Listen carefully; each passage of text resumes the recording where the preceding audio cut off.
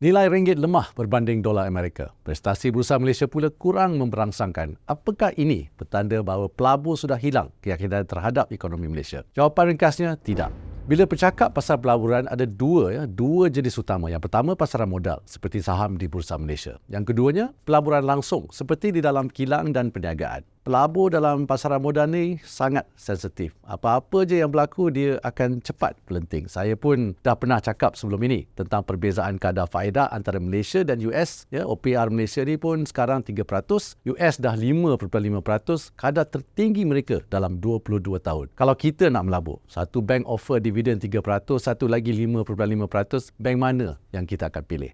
Dan perbezaan ini sudah tentu memberi impak kepada Bursa Malaysia dan juga kadar tukaran ringgit berbanding dolar. Dalam hal ini, kalau OPR Malaysia dinaikkan, mungkin ringgit akan mengukuh, tapi kos pinjaman pula akan naik. Jadi, apa pun yang dibuat akan ada implikasi positif dan negatif. Bank negara sebagai pihak yang menentukan OPR akan membuat keputusan setelah mengkaji semua aspek. Okey, kita cukuplah cerita pasal OPR. Kembali kita kepada ekonomi Malaysia. Saya dah cakap, selain pasaran modal, kita juga ada pelaburan langsung di mana bagi separuh pertama 2023 kita mencatatkan pelaburan diluluskan 132.6 bilion ringgit, iaitu 60% daripada sasaran kita untuk tahun ini. Berbanding pasaran modal, pelaburan langsung adalah berbentuk jangka panjang. Antara aspek utama yang jadi penentu pelaburan langsung ialah prospek ekonomi negara. Kalau pelabur tak yakin dengan prospek jangka panjang ekonomi negara, mereka tak akan masuk melabur. Mengapa? Kerana pelaburan langsung ini bukan macam pasaran modal. Hari ini melabur, esok boleh jual saham, pergi ke pasaran saham negara lain. Tetapi bila pelabur langsung ini melabur, maka bertahun-tahun baru balik modal. Jadi, prospek ekonomi negara sangat penting untuk menentukan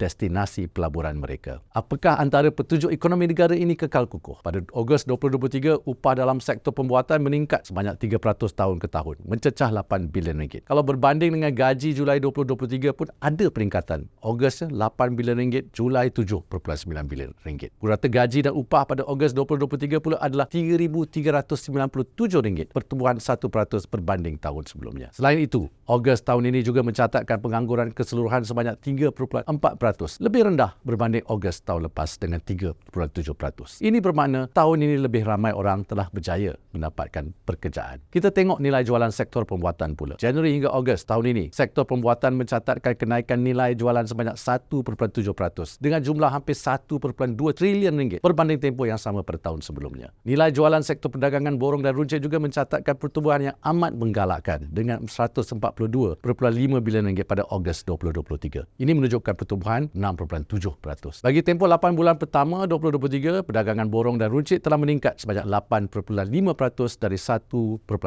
trilion ringgit kepada 1.1 trilion ringgit. Satu lagi, petanda kestabilan ekonomi kita dapat dilihat daripada kadar inflasi yang terus mereda. Pada September 2023, kadar inflasi Malaysia hanya 1.9%, lebih rendah berbanding bulan sebelumnya. Apabila dibandingkan dengan negara-negara lain seperti Filipina, zona Eropah, Korea Selatan, Vietnam, Amerika Syarikat dan Indonesia, kadar inflasi Malaysia adalah jauh lebih rendah, memberikan gambaran bahawa ekonomi kita stabil dan tahan lasak. Apa pula unjuran pertumbuhan ekonomi kita tahun ini? Bank negara unjurkan pertumbuhan 4%, manakala IMF pula unjurkan pertumbuhan 4%. Bagaimana pula dengan pertumbuhan global? IMF unjurkan pertumbuhan global hanya pada 3%.